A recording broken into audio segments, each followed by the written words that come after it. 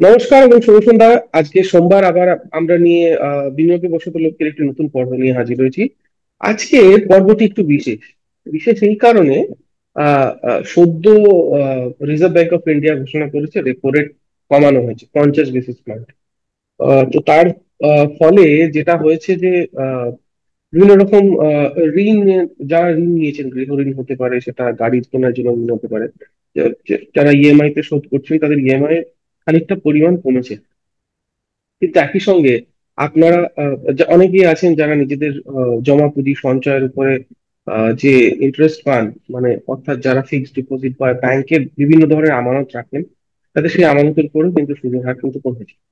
এটা নিঃশব্দে হয়েছে, আপনারা হয়তো অনেকেই জানতে পারেননি। তো এটা হওয়ার ফলে যেটা হচ্ছে, যারা দীর্ঘমেয়াদী আমানতের টাকা রাখছেন তাদের কিন্তু একটা নির্দিষ্ট পরিমাণ রোজগার কমে যাচ্ছে। বিশেষত যারা অবসরপ্রাপ্ত তারা তো বটেই।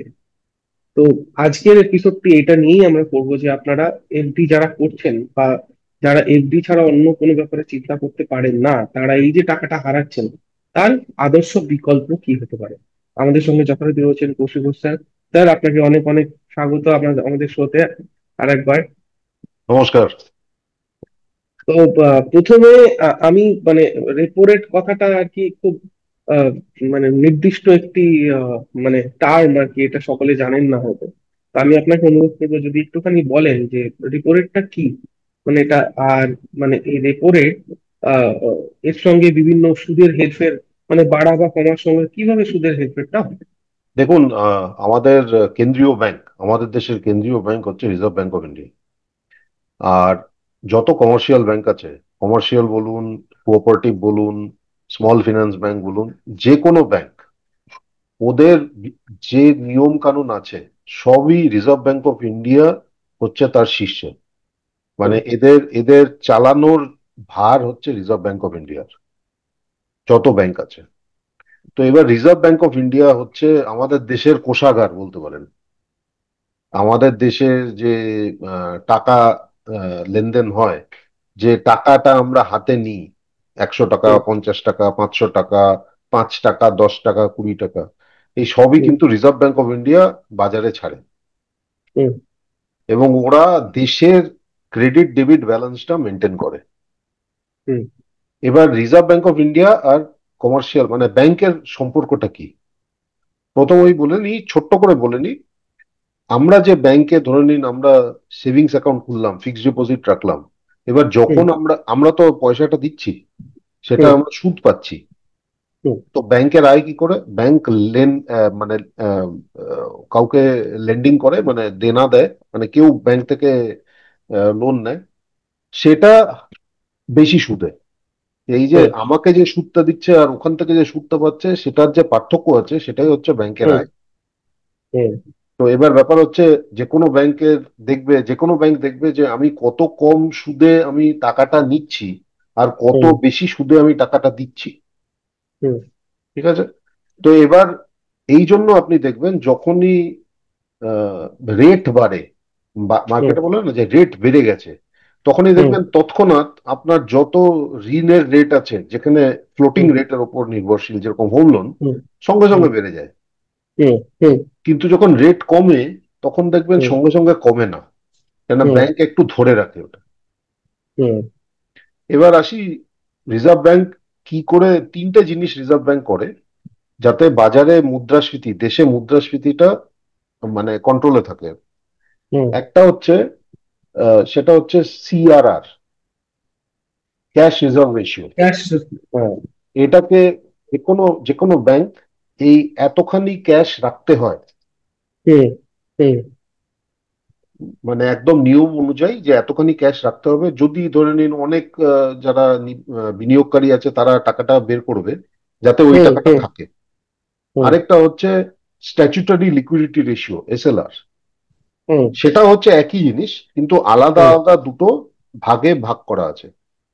রিজার্ভ ব্যাংক কি করে, টাকাটা কন্ট্রোল করার জন্য সিআরআর এসএলআর এর লেভেল গুলো উপর নিচ করতে থাকে। আচ্ছা, লেভেল গুলো কমালে কি হয়, ব্যাংকের কাছে বেশি মার্কেটে ছাড়ার পয়সা পেয়ে গেল। হুম, এছাড়া আরেকটা জিনিস আছে, যে কোনো ব্যাংক যদি তৎক্ষণাৎ টাকা চাই, বড় লোন দিতে হচ্ছে, হুম। তখন কি করে ওরা রিজার্ভ ব্যাংক থেকে ধার নেয়। হুম। যে রেটে ধার নেয় সেটাকে বলে রেপো রেট। রেপো রেট মানে হুম। হচ্ছে রিপারচেজ রেট। হুম। তো এবার ধরে নিন রিজার্ভ ব্যাংকের রেপো রেটটা উঁচু, তাহলে তো উঁচু দরে ওদের ধার নিতে হচ্ছে অন্যদের হুম। মানে দেনা দেওয়ার জন্য। হুম। ওটা যদি কমে যায় তখন মার্কেটে কম রেটে লোন দিতে পারে। ঠিক। তাই জন্যই এই রেপো রেটটা এত মহত্ব রাখে। হুম। রেপো রেট বাড়লে বা সিআরআর বাড়লে বা এসএলআর বাড়লে তখন হুম। দেখা যায় যে অর্থনীতিতে টাকার হুম। যে নমনীয়তা আছে, যেটাকে লিকুইডিটি বলে, সেটা কমে যায়। হুম। হুম। আচ্ছা। তখন কি হয়, টাকা সার্কুলেশনে কমে গেলে কি হয়, ও মুদ্রাস্ফীতির দমন হয়। হুম। আবার মুদ্রাস্ফীতি যদি খুব নিচে থাকে তখন টাকা বেশি ছাড়ে, যাতে হুম। মুদ্রাস্ফীতিটা একটু বাড়ে। হুম। এর মধ্যে একটা জিনিস সবসময় মনে রাখবেন, সবসময় একটা জিনিস সবাইকে মনে রাখতে হবে, হুম। সরকার হোক বা রিজার্ভ ব্যাংক হোক, এরা হুম। যা করে মনে রাখবেন প্রথমে হুম। করে নিজেদের সুবিধের জন্য। হুম। সবাই ভাবে স্বাভাবিক। সরকার আমার সুবিধার জন্য করছে, না, সরকার নিজের সুবিধার জন্য প্রথমে করে, তারপর আমাদের জন্য করে। এটা কিন্তু সত্য কথা। এটা কিন্তু হুম। পৃথিবীর সব দেশেই একই অবস্থা। এটা খালি হুম। ভারতে নয়, সব জায়গায়, আমেরিকা বলুন, হুম। ইউরোপ বলুন, সব জায়গায় এক। সরকার নিজেকে ক্ষমতা রাখার জন্য যা করা দরকার সেটা করে। সেটা তার করে। মধ্যে অর্থনৈতিক যে ব্যাপার স্যাপার গুলো আছে, সেটা একটা বড় ভূমিকা, আহ সেগুলোর একটা বড় ভূমিকা আছে। হুম। ঠিক। এবার এই নিয়ে আমি বলবো যে কেন এই এই পর্বে, আমি আগের পর্বে বলেছিলাম যে আরো হুম। ইকুইটি স্কিম, বিভিন্ন সেক্টরাল থিমেটিক এগুলো করব, ওটা এক সপ্তাহ পরে হুম। করব। তার কারণ হচ্ছে হুম। এখন কমে গেছে রেট, হুম। পরপর হুম। দুবার কমিয়েছে। হুম। তার মধ্যে সিআরআরটাও কমিয়েছে, সিআরআর প্রতি কোয়ার্টারে কমিয়েছে 25 বেসিস পয়েন্টে। হুম। তার মানে কি, তার মানে ব্যাংকের কাছে আরো টাকা আছে দেনার জন্য, মানে হুম। লোন দেওয়ার জন্য। হুম। হুম। রিজার্ভ ব্যাংক কি বলছে, মার্কেটে ঢালাও করে লোন দাও। হুম। কেন লোন দাও? কেননা লোন দিলে কি হয়, তাহলে যে ইকোনমিক ইঞ্জিন যেটাকে বলে, হুম। অর্থনৈতিক ইঞ্জিন, সেটা নাকি হুম। আরো তাড়াতাড়ি চলবে এবং আমাদের হুম। অর্থনৈতিক বৃদ্ধি হবে। আচ্ছা। ঠিক আছে। এর হুম। সাথে আমার মানে এই ব্যাপারে আমার কোনো টিপ্পনী নেই, কোনো বক্তব্য নেই। হুম। হুম। এবার আমাদের দেখতে হবে কেন এই এপিসোডটা করছি। তার কারণ হচ্ছে হুম। অনেকেরই এফডি এখন ম্যাচিওর করছে। হুম। এবার এফডি যখন নতুন করতে যাবেন, হঠাৎ দেখবেন আপনার এফডি রেট কমে গেছে। হুম। সে সিনিয়র সিটিজেন হোক আর নর্মাল হোক। আমারই হুম। এরকম কিছু এফডি এখন ম্যাচিওর হচ্ছে এই মাসের শেষে। হুম। তো হুম। তখন আমি দেখলাম যে এবার কি করি, এবার তো কমে গেল। হুম। আমি মানে ব্যাপার হচ্ছে মুদ্রাস্ফীতি, কিছু আগে আমরা মুদ্রাস্ফীতি নিয়ে আলোচনা করেছি। হুম। মুদ্রাস্ফীতি মানে কি, আজকে যেটা 100 টাকা, পরের বছর একই সময় সেটা 90 টাকা ধরে নিন। হুম। 90 টাকার হুম। চেয়েও কম, বাট ধরে নিন 90 টাকা। তো হুম। আমাকে 100 টাকাটা 100 টাকা রাখার জন্য আমাকে 10% তো রিটার্ন পেতেই হবে। হুম। প্রথমত কোনো এফডি 10% দেয় না। না। এফডি সুবিধে কি, প্রথমত এফডি সুবিধে কি, এফডি হচ্ছে গ্যারান্টিড রিটার্ন। এফডি হুম। হচ্ছে এফডি তে রাখুন, যদি ব্যাংক ঠিকঠাক হয়, মোটামুটি ভালো ব্যাংক হয়, এফডি তে রাখুন, নিশ্চিন্তে থাকুন। নিশ্চিত। সেটাই হচ্ছে হ্যাঁ। এফডির মাহাত্ম্য। এর হুম। সমস্যা হচ্ছে নিশ্চিন্তে তো আছি, কিন্তু 1 বছর পর যখন যে এফডি সুদ সমেত যে টাকাটা পেলাম, তখন আমি হুম। মানে ক্যালকুলেশন করে দেখলাম যে ইনফ্লেশনেই তো 10% উড়িয়ে দিয়েছে। হ্যাঁ। ধরে নিন আমার সুদ হচ্ছে 7%, একটা বড় ব্যাংক, যে কোনো বড় ব্যাংকে 7%-এর বেশি পাওয়া যায় না না।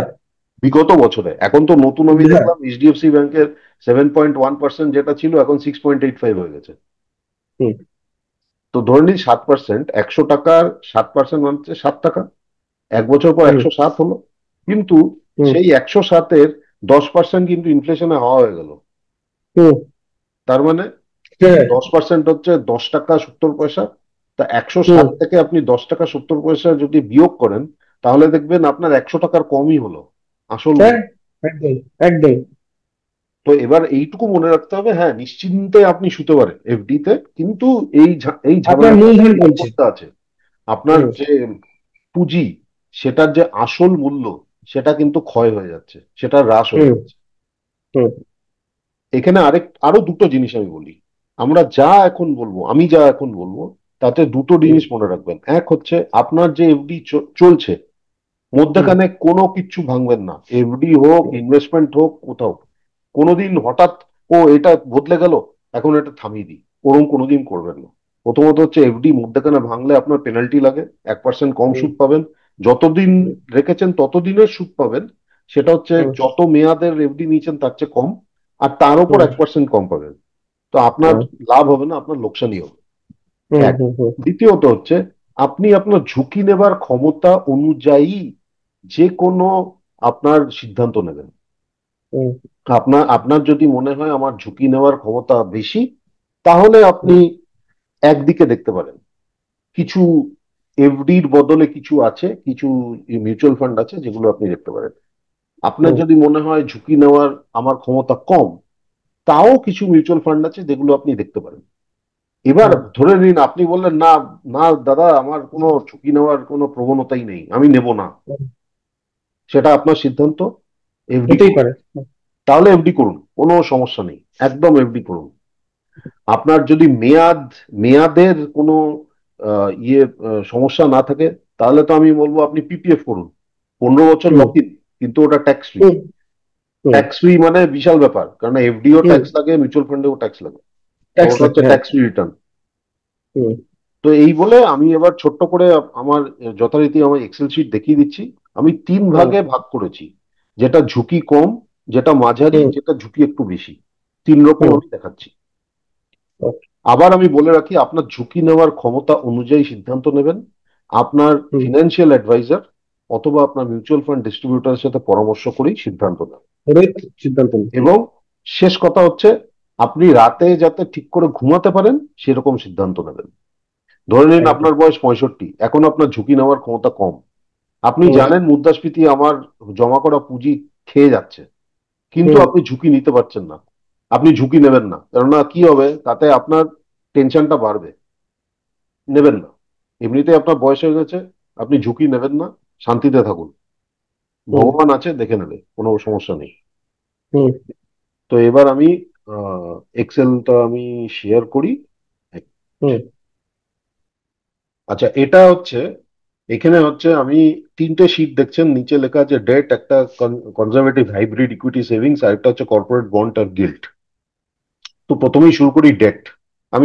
এগুলো সব ডেটা হচ্ছে ভ্যালু রিসার্চ অনলাইন.com থেকে, যেটা মিউচুয়াল ফান্ডের জন্য সবাই মোটামুটি এই ওয়েবসাইটেই যায় রিসার্চ করার জন্য, তথ্য বের করার জন্য।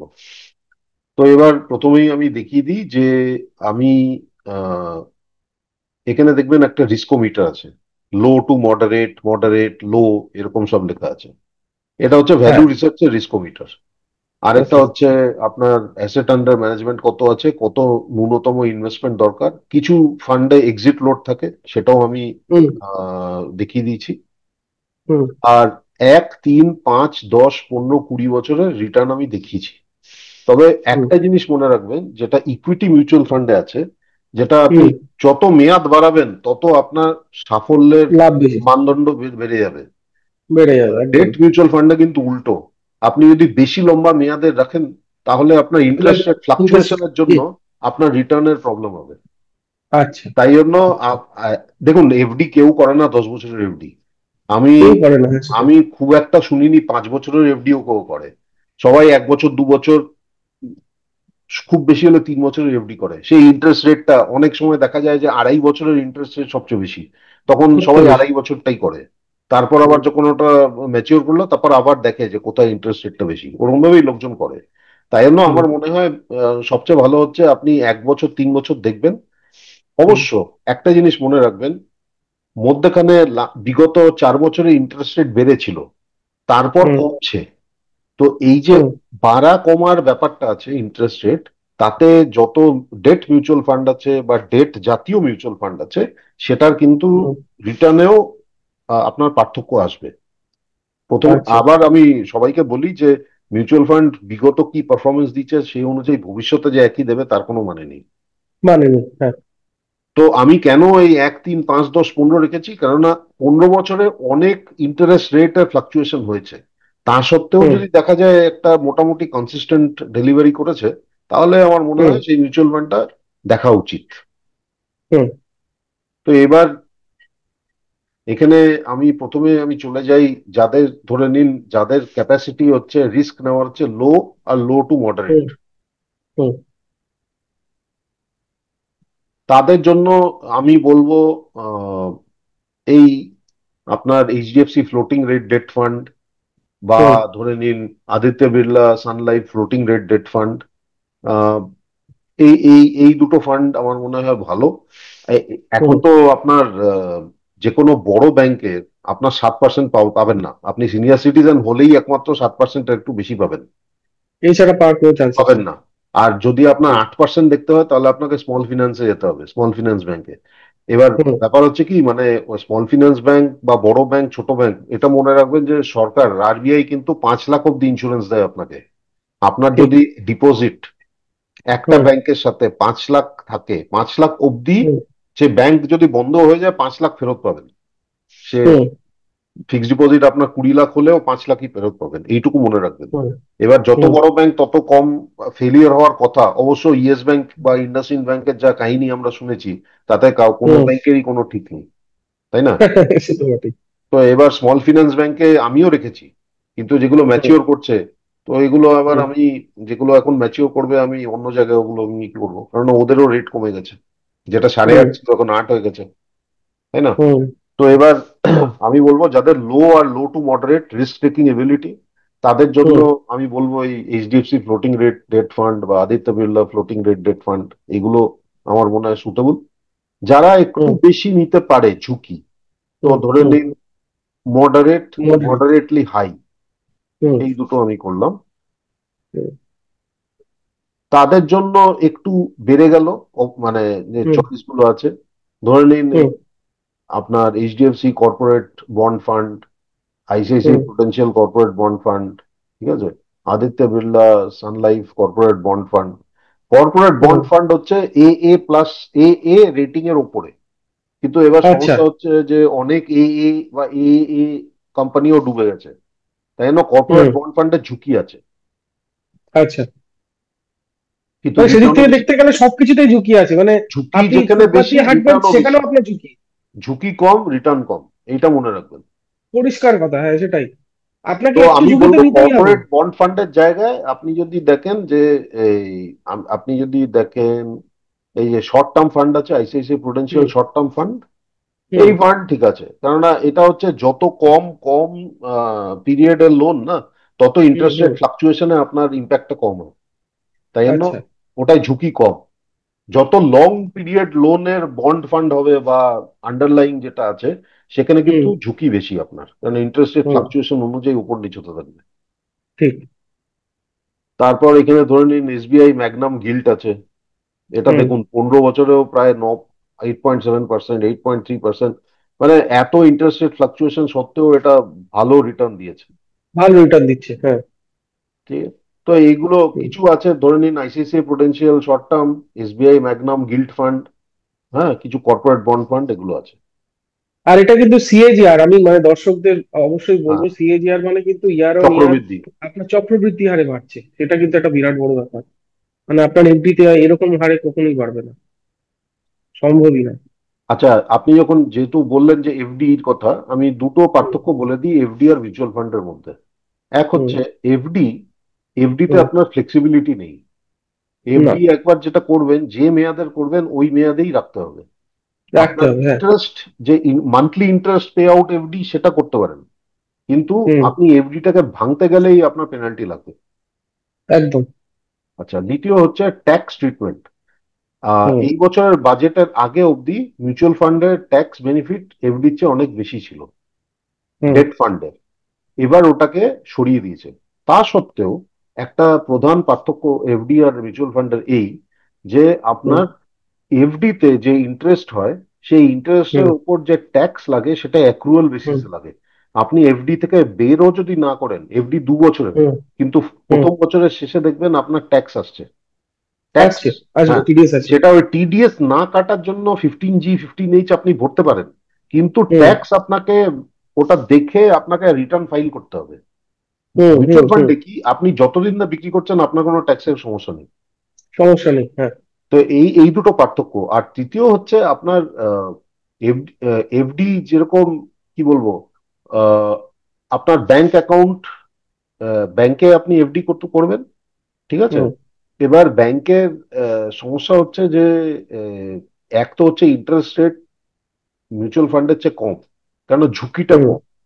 আরেকটা হচ্ছে হ্যাঁ। ফ্লেক্সিবিলিটি নেই, ঠিক হুম। আছে। আরেকটা হচ্ছে পেনাল্টি লেগে যায়। মিউচুয়াল ফান্ডে কিন্তু কিছু মিউচুয়াল ফান্ড ছাড়া বাকি কোথাও আপনার এক্সিট লোড বলে কিছু নেই। কিছু কিছু না। ফান্ডে আপনার এক্সিট লোড আছে, সেটা 30 দিন হতে পারে, 90 দিন হতে পারে, 1 বছর হতে পারে, সেরকম হতে পারে। কিন্তু হুম হুম। এফডির সমস্যা হচ্ছে আপনি যখনই ভাঙবেন, যদি মেয়াদের কমে ভাঙেন তখনই পেনাল্টি লাগবে। পেনাল্টি লাগে, হ্যাঁ। তো এটা এটা এটা এক ধরনের আমি মিউচুয়াল ফান্ড দেখালাম। আমি একটু ডিটেলে যাই যাদের জন্য। এবার ধরে নিন রিস্কোমিটার মডারেটলি হাই। আচ্ছা। দেখুন মডারেটলি হাইতে আপনি, আহ, আমি এসবিআই ম্যাগনাম চিলড্রেন্স ফান্ডটা ইগনোর করতে বলছি, কারণ ওটার এইউএম খালি 127 কোটি টাকা। ওটা খুবই কম আচ্ছা। এইউএম। আমি বাকিগুলো আপনি দেখতে পারেন। এগুলো আপনার এখানে আপনার এক্সিট লোড আছে 1 বছর, হুম কিছু 1 বছর, কিছু 6 মাস, কিছু 90 দিন। এগুলো এক্সিট লোড আছে হুম 1%। এসবিআই ম্যাগনাম অ্যাকচুয়ালি 5 বছরের লক ইন আছে। তাই হুম আমার হুম এসবিআই হুম। ম্যাগনামটা আমি দেখছি না, মানে যাদের ছোট বাচ্চা তারা করতে পারেন, মানে চিলড্রেন্স বেনিফিট ফান্ড ওটাকে বলে। আর এই বাকিগুলো দেখুন 1 বছর, 3 বছরের রিটার্ন যথেষ্ট ভালো। একদম। 10%, 12%, মানে অ্যাভারেজ 10%, 8%, 8.86, মানে প্রায় 9%-এর কাছে। এবং যে হুম। ফান্ড হাউস গুলোর নাম আছে সেগুলো হ্যাঁ সেগুলো যথেষ্ট ভালো ফান্ড হাউস। এগুলো হ্যাঁ। রিলায়েবল ফান্ড হাউস, মানে এগুলো সবচেয়ে বড় ফান্ড হাউস ইনফ্যাক্ট। আর পারাক পারিক আছে, ইউটিআই আছে, আদিত্য আদিত্য বিড়লা আছে, Birla, SBI, HDFC, Kotak. HDFC, Kotak. অনেক বড়, এবং এদের ফান্ড সাইজও অনেক বড়। হ্যাঁ। 3,000 কোটি, 8,000 কোটি এরকম। এবার এর মধ্যেও যদি আমি, এটা হচ্ছে আপনার কনজারভেটিভ হাইব্রিড ফান্ড আর ইকুইটি সেভিংস হুম। ফান্ড। এর মধ্যে যদি আচ্ছা। আমি মডারেট নিই আর লো টু মডারেটও নিই, তাহলেও হুম দেখুন এই যে এখানেও যথেষ্ট ভালো অপশন আছে আপনাদের কাছে। হুম। ডিএসপি আছে, এডেলওয়াইজ আছে, টাটা আছে। আমি বলবো এর মধ্যে ডিএসপি একটা ভালো, একটা হুম আইসিআইসিআই প্রুডেন্সিয়াল, মানে এইইউএম দেখে। হুম হুম হুম। এই দুটো সবচেয়ে বড় এইইউএম, একটা 13,000 কোটি টাকা, একটা 2,700 কোটি টাকা। তো এর মধ্যে হুম। ICICI Prudential equity savings fund, এর মধ্যে কিছু ডেট হ্যাঁ। থাকে, কিছু ইকুইটি থাকে। আচ্ছা। আর এর মধ্যে দেখে নিই, এর মধ্যে এক্সপেন্স রেশিও হচ্ছে 0.98। আর এটা সাত হুম দিনের একটা লক ইন আছে। 7 দিন। হুম। 7 দিন তো আপনি রাখবেনই। কিছুই না। হ্যাঁ। সে তো সবাই রাখে। তো এটা, এবার আমি ধরে নিন, এবার আমি লো টু মডারেট, মডারেট থেকে আমি হাইতে চলে গেলাম।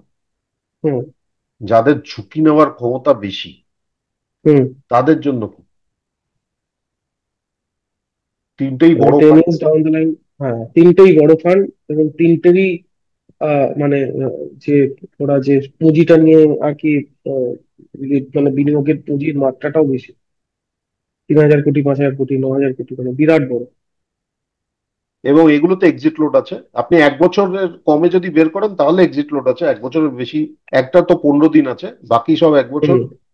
তা 1 বছর আপনি তো এনিওয়ে মিউচুয়াল ফান্ড, এই এফডি তো আপনি 1 বছর তো কিন্তু মিনিমাম করেন। 1 বছর করেনি, হ্যাঁ সেটাই। এবার আমি চলে মানে যাই। ওই, হ্যাঁ বল। মানে 10 ইয়ার্স, যদি 10 বছরের কেউ ইয়েটা দেখে, তাহলে সেটা কিন্তু সে মানে প্রত্যেকটাই নেয়। একটা তো আইসিআইসিআই প্রুডেন্সিয়াল তো 9.6%, মানে সেটা একটা হ্যাঁ। বিরাট বড়। মানে সিএজিআর যদি 9.6% হয়, সেটা অনেকটাই ভালো। মানে দেখতে পারেন, অবশ্যই দেখতে পারেন। আমি মানে অনুরোধ করবো, দয়া করে দেখুন, মানে যদি মুদ্রাস্ফীতিকে আপনাদের একটুখানি হারাতে হয় তো।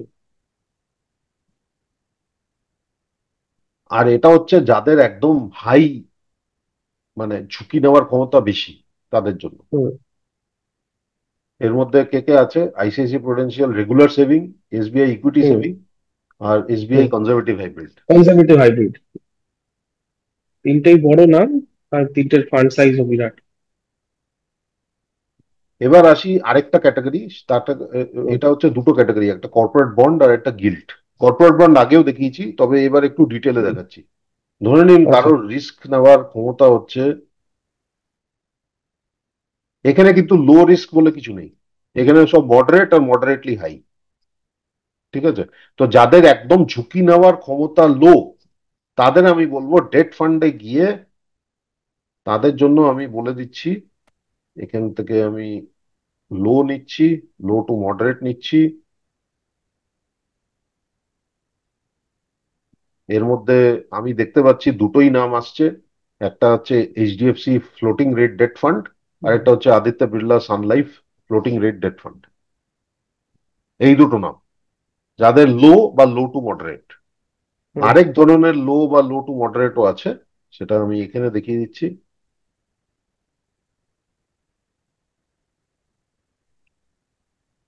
এর মধ্যে দুটো নামই আসছে আপনার, আমি বলবো একটাই নাম আসছে, কারণ টাটার এইউএম খুব কম। এর মধ্যে হুম। ICICI Prudential equity savings fund, হুম। একটাই। এটা এটা আপনার লো টু মডারেট। এটা হুম। আপনি কনজারভেটিভ হাইব্রিড বা ইকুইটি সেভিংস এই ক্যাটাগরির মধ্যে এটা পাবেন। এটা হচ্ছে লো, যাদের একদম নিচু। এবার যাদের একটু বেশি লেখা আছে, মানে হুম। তাদের আমি বলবো মডারেট বা মডারেটলি হাই, তাদের জন্য আমি দেখিয়ে দিচ্ছি মডারেট, মডারেটলি হাই। এর মধ্যে অনেক আছে, মানে অনেক আপনার চয়েস করার ব্যাপার আছে। এইউএম হুম। ও বেশ ভালো, মানে বড় বড় এইউএম আছে। তো একটা হচ্ছে এসবিআই ম্যাগনাম, যেটা 90 দিনের মিডিয়াম এক্সিট লোড ডিউরেশন আছে, ফান্ড। হ্যাঁ। SBI Magnum. একটা হচ্ছে আইসিআইসি প্রুডেন্সিয়াল, যেটা 1 বছর আপনার লক ইন পিরিয়ড আছে, মানে এক্সিট হ্যাঁ। লোড আছে। একটা এসবিআই ম্যাগনাম ইনকাম ফান্ড আছে। একটা অ্যাক্সিস স্ট্র্যাটেজিক বন্ড ফান্ড আছে। হুম। একটা আইসিআইসিআই প্রুডেন্সিয়াল, এই যে এটা তো মানে, এটা দেখুন ICICI Prudential all seasons bond fund. হুম। 14,000 তারপরে কোটি টাকার ইউএম। হ্যাঁ, আর কনসিস্টেন্ট, মানে হ্যাঁ, কনসিস্টেন্ট 11% 9% মানে। ডেলিভারি, 15 বছর ধরে কনসিস্টেন্টলি ডেলিভার হুম। করছে। হুম। হুম। আর Aditya Birla life corporate bond fund এটাও আছে। এটাও আর ভালো। ICICI Prudential short term fund. Above 8% দিচ্ছে 20 ইয়ার্সেও। হ্যাঁ। সেটা অনেক বড় ব্যাপার। তো এবার ব্যাপার হচ্ছে যে এইগুলো, আবার আমি রিপিট করে দিচ্ছি যে আপনি ডেট মিউচুয়াল ফান্ডে কোনোদিন 20 বছর, 20 বছর দেখলে একটা ভরসা পাওয়া যায় যে অনেক ইন্টারেস্ট রেট ফ্লাকচুয়েশনের মধ্যেও এত রিটার্ন দিয়েছে। এতটা কিন্তু রিটার্ন আপনি দিচ্ছে, দেখবেন হ্যাঁ। 1 বছর 3 বছর কত রিটার্ন দিয়েছে মোটামুটি দেখবেন। আমি বলবো একদম। 3 বছরটা দেখুন, 3 বছরটা মানদণ্ড রাখুন, সেই অনুযায়ী আপনার একটু পার্থক্য আসবে, অ্যাকচুয়াল রিটার্ন কত হুম। পাবেন, বাট এরকম রিটার্ন আসতে পারে। মিউচুয়াল ফান্ড আগের পারফরমেন্স কিন্তু ফিউচার পারফরমেন্স যে হবে তার কোনো গ্যারান্টি নেই, ইকুইটি হোক ডেট হোক, এটা মনে রাখতে হবে। ঠিক। এটা হচ্ছে যাদের মডারেট বা মডারেটলি হাই। এবার এখানেও আসি, যাদের মডারেট আর মডারেটলি হাই মানে ঝুঁকি নেওয়ার ক্ষমতাটা একটু বেশি, হুম। এখানে ওই এসবিআই চিলড্রেনটা বাদ দিন, পারাক পারিক, আপনার কনজারভেটিভ ডিএসপি, হাইব্রিড আছে, ডিএসপি ইকুইটি আছে, তারপর আপনার ইউটিআই আছে, আদিত্য বিড়লা ইউটিআই আছে। আছে। এগুলোর আপনার কিছু আপনার এক্সিট লোড আছে, যেগুলো 1 বছর, কিছু 90 দিন, কিছু 30 দিন, এগুলো আছে। আহ, আপনার আদিত্য বিড়লা আছে।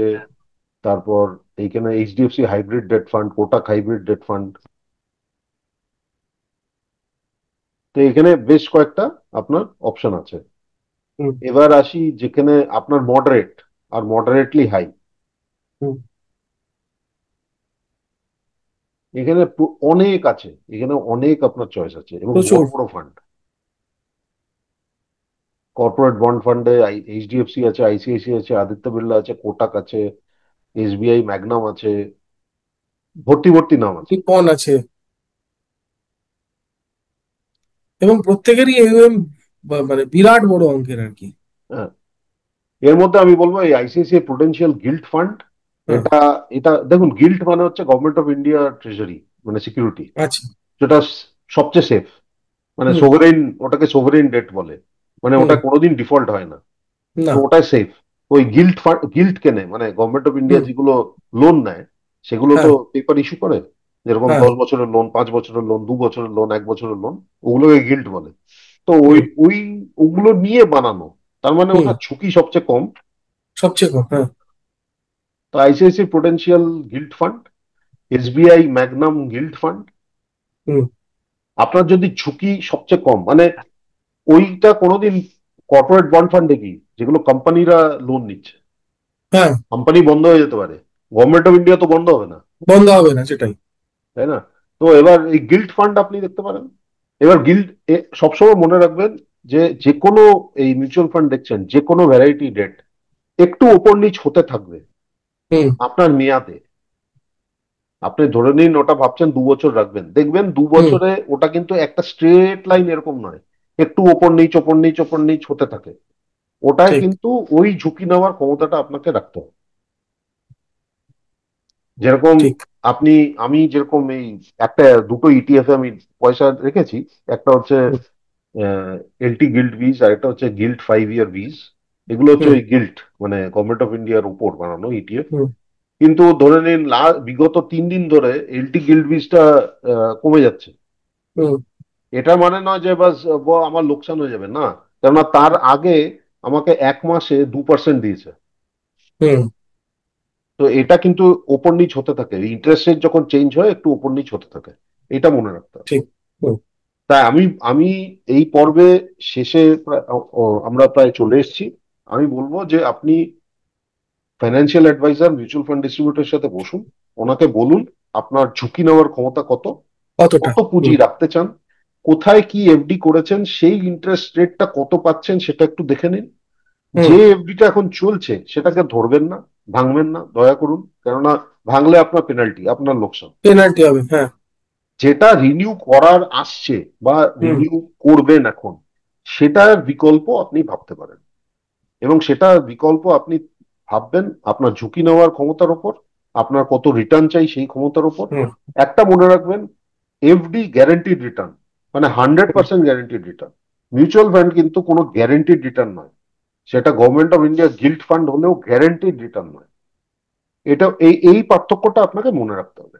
কিন্তু ঠিক। শেষ কথা, যেরকম রজত, তুমি বলতে থাকো, হুম। ঝুঁকি না নিলে আপনার তো পুরস্কারও আসবে না। আমরা পর্বের শেষে চলে এসেছি। আমি শেষ করার আগে দু তিনটে, আবার আমি একই জিনিস বারবার কেন বলতে থাকি, কেননা অনেকেই না ঝুঁকি নিতে গিয়ে ভুলে যায় যে ঝুঁকি নেওয়ার ক্ষমতা কত। হুম। আবার অনেকেই ঝুঁকি না নিয়ে ভুলে যায় যে ঝুঁকি না নিলে আমার রিটার্নও বেশি আসবে না। হুম। তাই দুটোর একটা ব্যালেন্স চাই। তো ঠিক। আপনি আপনার ফিনান্সিয়াল অ্যাডভাইজারের সাথে পরামর্শ করুন বা মিউচুয়াল ফান্ড ডিস্ট্রিবিউটরের সাথে পরামর্শ করুন, কত এফডি কোথায় আছে, কোনটা ম্যাচিওর করছে, কোনটা ম্যাচিওর হয়ে গেছে, এখন পুঁজিটা কি করব, কি আপনার দরকার, আপনার রেগুলার ইনকাম দরকার না কি দরকার, সব করা যায়। যেরকম এফডিতেও করা যায়, মিউচুয়াল ফান্ডেও করা যায়। ওটা বসে আলোচনা করে হিসেব পত্র করে তবেই আপনি বিনিয়োগ করবেন। ঠিক। দ্বিতীয় হচ্ছে এফডি গ্যারান্টিড রিটার্ন। এফডি বলছে যদি 6.25%, তো চোখ বুঝে আপনি 6.25 পাবেন। মিউচুয়াল ফান্ড কিন্তু গ্যারান্টিড রিটার্ন না। যা আমরা দেখিয়েছি সেটা হচ্ছে যে রিটার্নটা এসছে, এবার যে সেই রিটার্নটা এসছে সেটা ভবিষ্যতেও আসবে সেটার কোনো গ্যারান্টি নেই। গ্যারেন্টি নেই। সেটা ডেট ফান্ড হোক, কিন্তু আমরা এফডি ধরে হোক। নিতে পারি ওই ধরনের একটা রিটার্ন আসতে পারে, কারণ তাদের ইয়ার হ্যাঁ, অন ইয়ার ট্র্যাক রেকর্ড ওরকম আছে। হ্যাঁ। এবং যেরকম এফডি তে আছে আপনার পেনাল্টি লাগে, সেরকম কিছু মিউচুয়াল ফান্ডে আছে আপনি এক্সিট লোড আছে। মিনিমাম মিউচুয়াল অতদিন ফান্ড, রাখতেই হবে। হ্যাঁ, আর মিউচুয়াল ফান্ড আর এফডির মধ্যে যে ট্যাক্সের পার্থক্য ছিল সেটা সরিয়ে দিয়েছে সরকার, কিন্তু তবুও অ্যাক্রুয়াল বেসিসে আপনার ইন্টারেস্টের উপর ট্যাক্স লাগে এফডিতে। হুম। মিউচুয়াল হুম। ফান্ডের ট্যাক্স একমাত্র লাগে আপনার যখন বিক্রি করছেন তখন। বিক্রি করবেন তখন, হ্যাঁ। আর মিউচুয়াল ফান্ডের একটা সুবিধা হচ্ছে আপনি এসআইপি করতে পারেন, সেটা ডেইলি করতে পারেন, উইকলি করতে পারেন, মান্থলি করতে পারেন। এটা হচ্ছে যারা অল্প বয়স, মানে যারা রিটায়ার্ড নয় তাদের জন্য বলছি। যেটা এফডি তে করা সমস্যা, আপনি হ্যাঁ। রোজ, কেননা এফডি তে কি হয় আপনার ব্যাংকে রাখতে হয়, ঠিক। তাই না? তো এবার ওখান থেকে ওই করাটা খুব সমস্যা, সেখানে মিউচুয়াল ফান্ডে খুব সুবিধা ওটা। আরেকটা সুবিধাও আছে মিউচুয়াল ফান্ডে, বা আপনার অনুমতি নিয়েই বলছি। সেটা হচ্ছে এফডি আমাকে যদি ভাঙতে হয় পুরো অ্যামাউন্টটাই ভাঙতে হবে।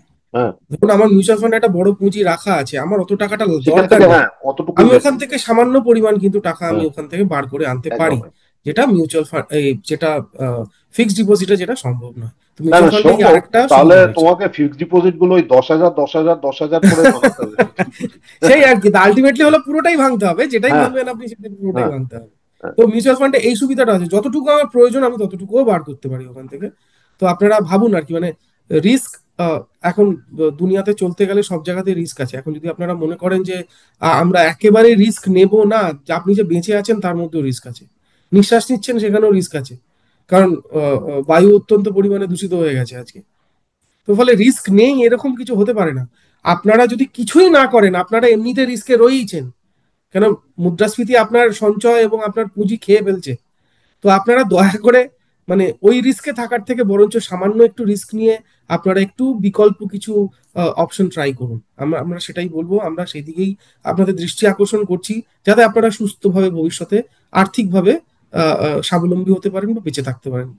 তো আজকে আমরা এই নোটেই আমাদের পর্বটা শেষ করব, যে এফডির বিকল্প কি এবং কিভাবে কি হতে পারে। আপনারা দয়া করে ভাবুন একটুখানি। আমরা আবার পরবর্তীকালে আবার এই ধরনের কোনো একটা মানে পরামর্শ বা বিনিয়োগ বিষয়ক কোনো সম্পর্ক নিয়ে আমরা ফিরে আসবো আবার। নমস্কার। ধন্যবাদ। আমাদের ভিডিও ভালো লাগলে লাইক এবং শেয়ার করুন। কমেন্ট সেকশনে গিয়ে জানান আপনাদের মতামত। আরও ভিডিও পেতে আমাদের চ্যানেল সাবস্ক্রাইব করুন এবং প্রতি মুহূর্তে খবরের আপডেট পেতে প্রেস করুন বেল আইকন।